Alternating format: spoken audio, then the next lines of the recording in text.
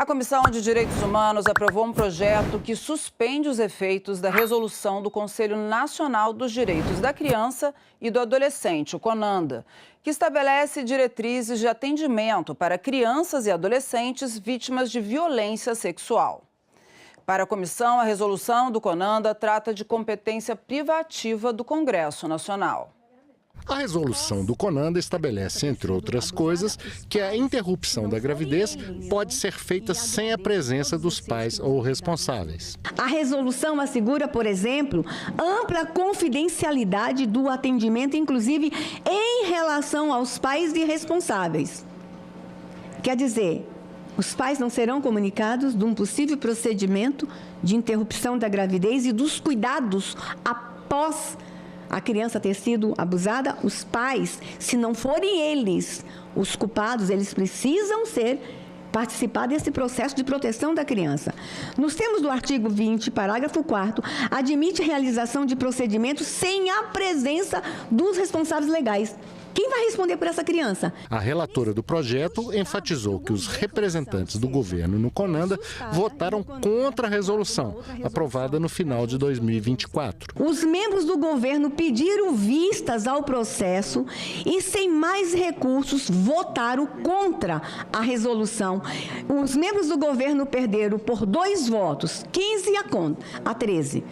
15 representantes da sociedade civil votaram a favor e 13 do governo votaram contra. Então, portanto, é uma matéria que aqui no Congresso Nacional a gente também entende que o governo tinha razão.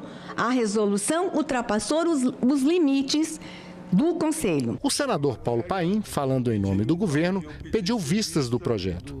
Na presidência da reunião, o senador Márcio Bittar concedeu prazo de 1 hora para que a proposta fosse reexaminada pelos parlamentares. Decorrido o prazo, o projeto foi aprovado por votação simbólica. Foi também aprovada sua urgência para votação em plenário. Reitero o meu respeito ao CONANDA, às instituições do CONANDA. Tão somente nós vamos dar a oportunidade para o CONANDA rever essa resolução, consertar e vamos juntos proteger crianças.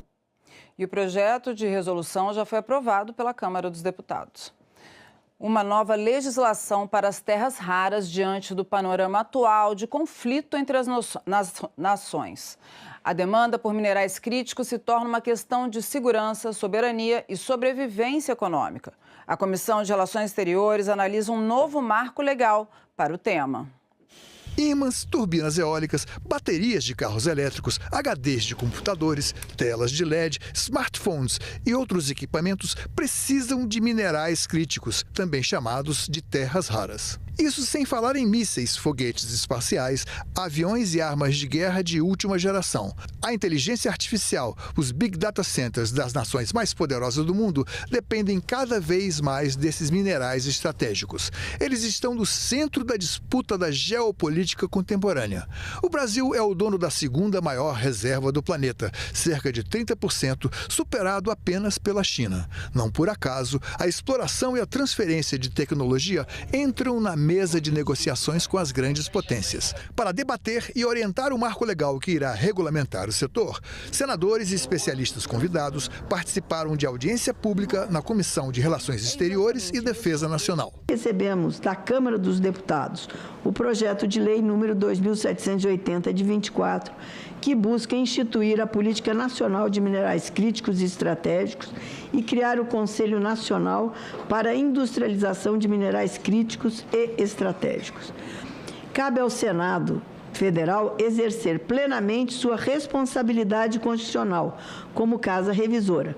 Nosso dever não é apenas analisar o texto aprovado pela Câmara, é debatê-lo, aperfeiçoá-lo quando necessário e assegurar que os instrumentos propostos sejam efetivamente capazes de alcançar os objetivos pretendidos. Sob a presidência da senadora Tereza Cristina, os debatedores comentaram itens relativos à pesquisa, exploração, desenvolvimento, soberania e aspectos relevantes para a legislação, com destaque para um projeto da Câmara já em análise nas comissões do Senado. A riqueza geológica não necessariamente se traduz em desenvolvimento se não for aproveitado da maneira certa, inclusive com agregação e processamento.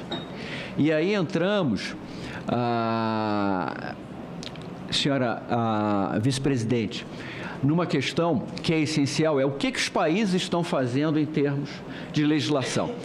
Uma primeira constatação, senadora, é que quase todos os países centrais que têm todo o interesse em assegurar o suprimento de minerais críticos, e obviamente é uma corrida para a agregação no seu próprio território, né? Todos eles estão aprovando legislações específicas para minerais críticos. Um conselho ligado à presidência da República, como é que ele prestaria contas à nação das suas preferências? Nós já temos. A política externa é conduzida pelo Executivo. Teoricamente, presta contas a nós aqui da Comissão de Relações Exteriores. Admitamos a ideia do Conselho. Tem que ter algum sistema de prestação de contas, não só ao Tribunal de Contas, mas ao Congresso Nacional. Mostra também como é estratégico e como é questão de soberania nacional. Próximo, por favor.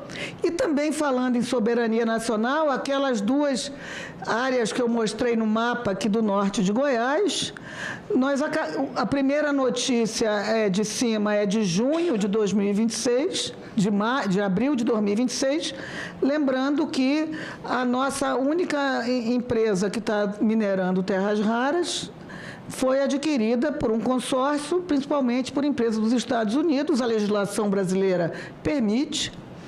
E ontem saiu essa notícia que Estados Unidos e Emirados Árabes estão tratando, essa aí não foi, essa aqui é em Minas, estão negociando para adquirir uma mina de terras raras em Minas Gerais.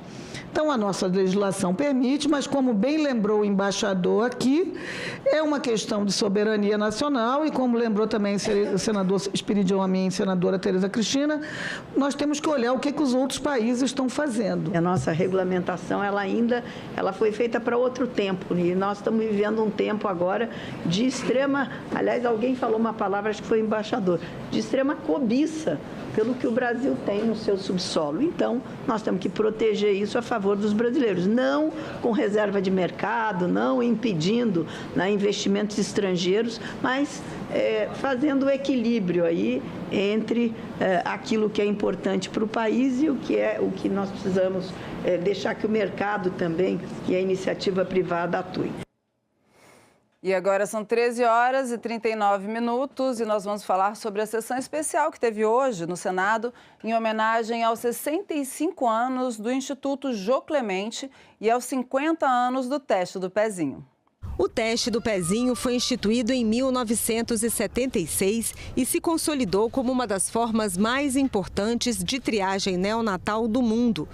O exame permite a identificação precoce de doenças metabólicas, genéticas e raras, permitindo o tratamento precoce e garantindo mais qualidade de vida às crianças. Essa é uma conquista extremamente importante, que mudou a saúde pública brasileira e que há mais de 5 décadas ajuda a proteger o futuro de milhares de crianças. O teste do pezinho representa muitas vezes a primeira chance de agir a tempo, identificar precocemente doenças graves e raras, orientar e apoiar famílias, iniciar tratamentos e evitar sequelas que podem comprometer toda uma vida. Ana Paula Lima apresentou a filha, Melissa, que foi diagnosticada com atrofia muscular espinhal após o teste do pezinho. Com 20 dias, ela tomou a primeira medicação para parar a progressão da doença dela, né? E hoje em dia faz os acompanhamentos dela no Hospital das Clínicas, vai para a escolinha, tem uma vida normal como muitas crianças, né? Anda, fala, canta, tudo que uma criança pode fazer. E isso tudo graças ao teste do pezinho. A sessão também fez homenagem ao Instituto Jô Clemente, entidade reconhecida nacionalmente pelo trabalho desenvolvido em defesa da inclusão, da autonomia e dos direitos das pessoas com deficiência intelectual e com autismo. A instituição também se tornou referência na conscientização das doenças raras e do diagnóstico precoce. Ao longo desses 65 anos, tivemos a oportunidade de contribuir com avanços importantes para o país e para milhares de famílias brasileiras. São mais de 330 mil atendimentos realizados a cada ano. Mas o que realmente dá sentido à nossa atuação são as histórias humanas, histórias de gente. São as famílias que encontram suporte e informação.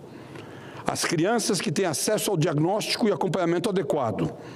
Os jovens e adultos que conquistam mais autonomia, inclusão e qualidade de vida. Só temos a agradecer pela trajetória do Instituto Jô Clemente e seu trabalho brilhante de proteção à infância.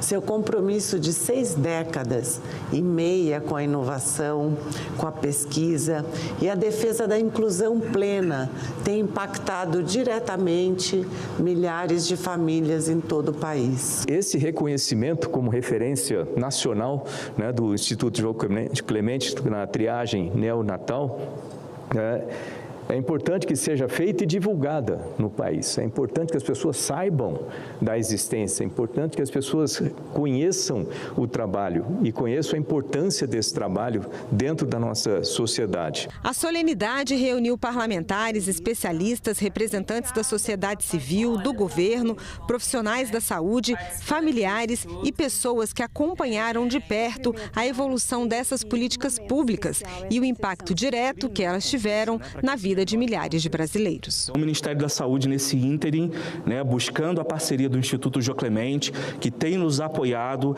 com bons protocolos, com boa ciência, com boa orientação técnica, a gente tem avançado num cronograma, avançado num planejamento, para que nos próximos anos a gente consiga, de fato, ofertar para toda a população brasileira a triagem neonatal ampliada. Nos próximos 50 anos, cobertura em todos os estados e com o teste do pezinho ampliado para que todas as crianças sejam salvas.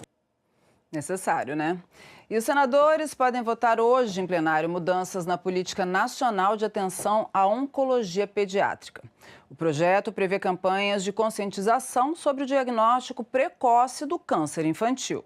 12 mil novos casos de câncer em crianças e adolescentes são registrados por ano no Brasil, segundo o Instituto Nacional do Câncer. Os tipos mais comuns são as leucemias, tumores do sistema nervoso central, linfomas e tumores sólidos. Ainda de acordo com o INCA, 80% dessas crianças podem ser curadas se conseguirem um diagnóstico precoce. As campanhas propostas no projeto devem incluir capacitação para profissionais de saúde, especialmente na atenção primária, para que identifiquem rapidamente casos de suspeitas da doença. O objetivo é reduzir a mortalidade infantil pelo câncer. Estamos tratando de crianças, vidas em formação, sonhos e ainda em construção e famílias inteiras que se veem subitamente lançadas em uma luta desigual contra o tempo e o desconhecimento. O câncer infantil não atinge apenas o corpo da criança,